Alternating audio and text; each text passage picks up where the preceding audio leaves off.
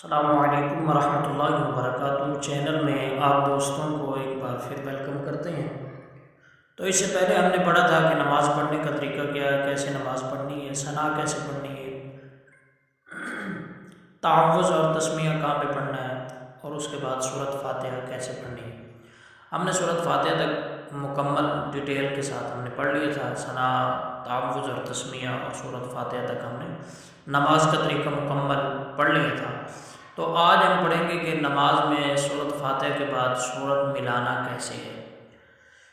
نماز اگر 4 رکعت والی نماز ہے تو پہلی 2 رکعتوں میں سورۃ فاتحہ کے بعد کوئی سورت ملائیں گے۔ مثال کے طور پہ ہمیں سورۃ قل هو اللہ احد آتی ہے یا کوئی اور سورت آتی ہے تو وہ ہم پڑھ سکتے ہیں۔ مثلا کم از کم ہم نے 3 آیات پڑھنی ہے، کسی بڑی سورت میں سے 3 آیات پڑھ لیں، یا ایک آیات ایسی ہو جو 3 آیات کے برابر بہت بڑی ہے تو ایسے والی ہم بھی آیت پڑھ سکتے ہیں۔ تو سورۃ فاتحہ کے بعد اگر ہم 4 رکعت والی نماز پڑھ رہے ہیں، اگر تو ہم امام کے پیچھے ہیں تو پھر تو میں نے بتایا تھا کہ بس آپ نے ثنا پڑھنی، باقی سارا کچھ امام صاحب خود کریں گے۔ اگر آپ اکیلے نماز پڑھ رہے ہیں تو پھر پہلی 2 رکعتوں میں سورۃ فاتحہ کے بعد آپ نے کوئی سورت ملانی ہے 4 رکعت والی نماز میں، اور دوسری 2 رکعتوں میں بس آپ نے سورۃ فاتحہ ہی پڑھنی ہے۔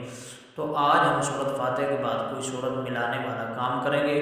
مثال کے طور پہ آپ کو آتی ہے سورۃ فاتحہ کے بعد سورۃ اخلاص آتی ہے تو آپ نے سورۃ اخلاص پڑھ لینی۔ بسم اللہ الرحمن الرحیم، قل هو اللہ احد اللہ الصمد لم یلد ولم یولد ولم یکن لہ کفوا احد، یہاں تک پڑھ کے آپ نے رکوع میں چلے جانا ہے۔ جب آپ رکوع میں جائیں گے تو یہ اوپر لکھا ہوا ہے رکوع کی تسبیح، تو رکوع میں جا کے آپ نے یہ تسبیح پڑھنی ہے سبحان ربی العظیم۔ اسے آپ 3 بار 5 بار 7 بار پڑھیں گے، سبحان ربی العظیم سبحان ربی العظیم سبحان ربی العظیم۔ آگے وہ کہتے ہیں تسمیع، رکوع سے اٹھتے ہوئے، یعنی جب آپ نے رکوع سے کھڑے ہو جانا ہے تو پھر آپ نے سمع اللہ لمن حمیدہ کہنا ہے۔ ٹھیک ہے، یہ 3 بار 4 بار نہیں کہنا، بس ایک دفعہ ہی کہنا ہے آپ نے سمع اللہ لمن حمیدہ۔ تو ربنا لک الحمد آپ نے اس کے بعد کہنا ہے سمع اللہ لمن حمیدہ جب آپ کہیں گے، اس کے بعد آپ نے ربنا لک الحمد کہنا ہے۔